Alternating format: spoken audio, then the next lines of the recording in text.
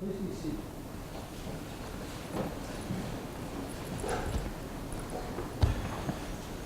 Congratulations on being here on the final day of the National Finals.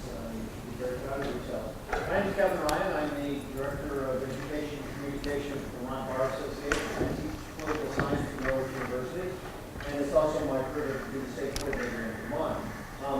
And finally, it's my privilege to be with this wonderful group of judges who've been having great conversations all day with the students, and they're looking forward to having one with you. I'll let them introduce themselves, and we'll go to good luck. Good afternoon. So happy to be here to share with you your response to Unit 3's question, right? Unit 2. Unit 2. All right, you passed your first test today. We're not on Unit 3, we're on Unit 2. You're really flying already.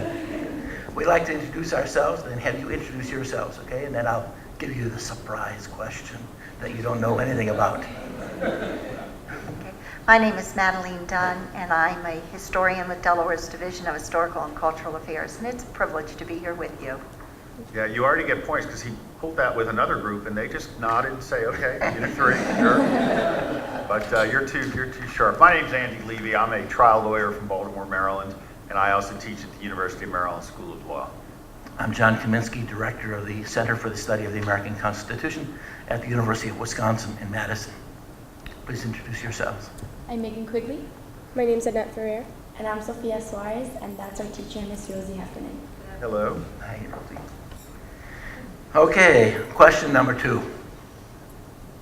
Although posterity has tended to emphasize the work of the Constitution's framers in the Federal Convention of 1787, the ratification of the United States Constitution in 1787-1788 was a landmark in the history of government. What evidence can you offer to support or dispute this claim? In what ways, if any, was the plan for ratification an example of social contract theory? And finally, what precedents were established by the ratification process, and why have they continued to be important? Go ahead. All power is originally vested in, and consequently derived from, the people. The words of James Madison initiated a landmark in government because he created a political psyche that challenged tradition. Breaking away from the custom of British monarchs and parliamentary supremacy, where passive citizenship was the norm, and local legislative supremacy under the Articles of Confederation, where state officials had ultimate authority, Madison entrusted the people to inspect and to approve his blueprint of government. Few state constitutions were ratified by the people, and never before had any nation granted its citizenry the authority as co-signatories in the actual formation of government. With the goal of popular approbation in mind, the framers created a constitution that limited the government, secured the safety of the people, and protected their fundamental liberties. As a result, they were elevated to national demigods, but not because they created a nation that would be governed by the most enlightened, but because they created a people that would become enlightened in order to preserve their new nation. There is little in this Constitution that is absolutely new. There is much that is as old as Magna Carta. The words of British jurist Lord Bryce reflect that while popular approbation was a political prototype, the idea of social contract could be traced as far back as the 13th century. Sealed by the signature of King John, promulgated by Locke, and immortalized by the framers, this theory that both the government and the people enter into a social contract became the object of ratification. Bypassing the Confederation Congress, the framers dismissed the impracticality of unanimous approval. Bypassing state legislatures, the framers looked to the people in abdicating state sovereignty for a strong national government. Bypassing elected state officials, the framers turned to citizen conventions for debate and endorsement. When citizens were transformed into signatories, the framers became Lockean followers, and the Constitution was elevated from a mere design of government to a social contract. The precedents established by the ratification process are best reflected in the French adage, the more things change, the more they stay the same, because they remain the core of democracy even today. The twin policies of public debate, fueled by Federalist and anti-Federalist positions, and popular approbation reflected in civilian endorsement, revolutionized the machinery of government and made it dependent on its citizenry to turn its gears. The open debate that began in 1787 still fuels public discussion and ensures the transparency of democratic government.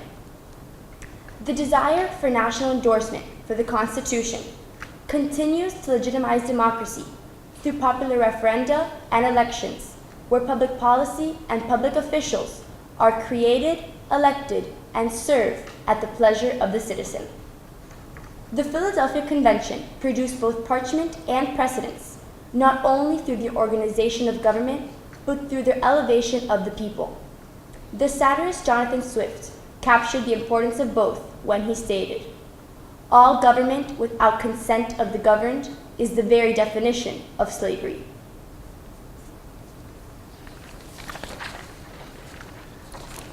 You addressed the issue, the theoretical issue, of why it was important to have popular ratifying conventions. What about some practical political issues? Why it was better to go with conventions rather than legislatures?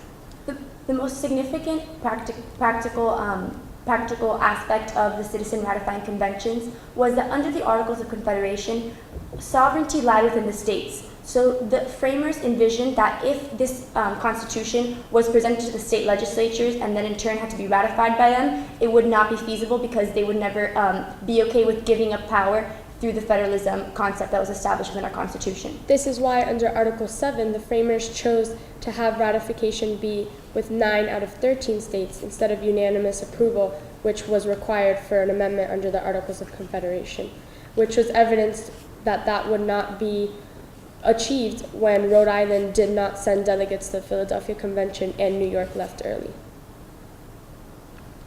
Okay. Why do you think that the framers sent the Constitution to the states with neither an endorsement or a condemnation? Do you think this was a wise decision? Why? Why not? It was a wise decision because it left the issues in the Constitution open for debate, and therefore, through the Federalist and the Anti-Federalist papers, both sides were able to be heard by the people, and the people were better informed as to exactly why the framers had put these specific provisions in this document for the new government. Under the Federalist and Anti-Federalist papers, the framers used pseudonyms when they signed the Federalist and Anti-Federalist paper so that their name recognition was not tied to the platforms they were presenting, and the people endorsed those provisions because they truly believed in those provisions. I'd like to ask you about the campaign in the popular press for and against ratification, which, as I'm sure you know, was done principally under pseudonyms. Today, newspapers would not publish letters to the editor that were use pseudonyms. Yet at that time, it was acceptable. First of all, why the use of pseudonyms? That's number one. And number two, does it bother you at all? The use of pseudonyms reflects the framers' hopes that the Constitution would really be ratified by through the real feelings and legitimacy deriving from the people, and not because the people were simply consenting to the thoughts of delegates that they recognized within their communities and saw as very intellectual figureheads of government. The framers at the Constitution were very well known. They were leaders in politics in the several colonies, and also they wanted to make sure that the people were not blindly consenting to this document, that they had absolutely no idea what was in it. Those people in the states that, like James Madison or like Alexander Hamilton, would be more inclined to approve this new document because they were in support of it.